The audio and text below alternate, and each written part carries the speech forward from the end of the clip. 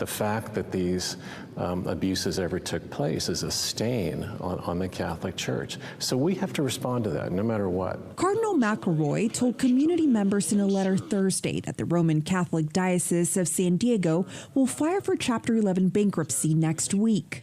The letter states the filing is in an effort to achieve the settlement of approximately 450 legal claims that have been brought to the court seeking compensation of victims of sexual abuse perpetrated by clergy and lay employees over the past 8 years. Nearly 60% of those survivors are now more than 50 years old. 30 years ago, 40 years ago, we made a lot of mistakes, and so those have to get addressed. Erwin Zalkin is the attorney representing more than 100 survivors of child sexual abuse against the Catholic Church and Diocese of San Diego. They've been working to get the cases to a jury that can decide what is fair and reasonable to compensate survivors for the harm they suffered and get the cases resolved.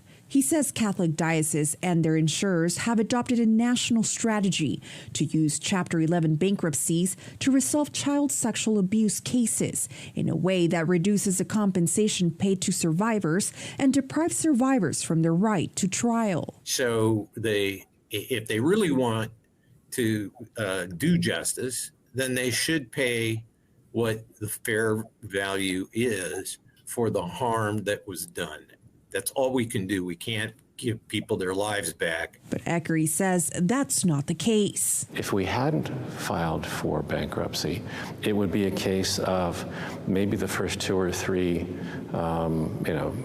court cases resulted in depleting all the funds. So what are the other 450 people supposed to do? Erwin says if they are unable to reach a deal, cases may have to be released from the bankruptcy back to the state court to actually go to trial, and that is a long process.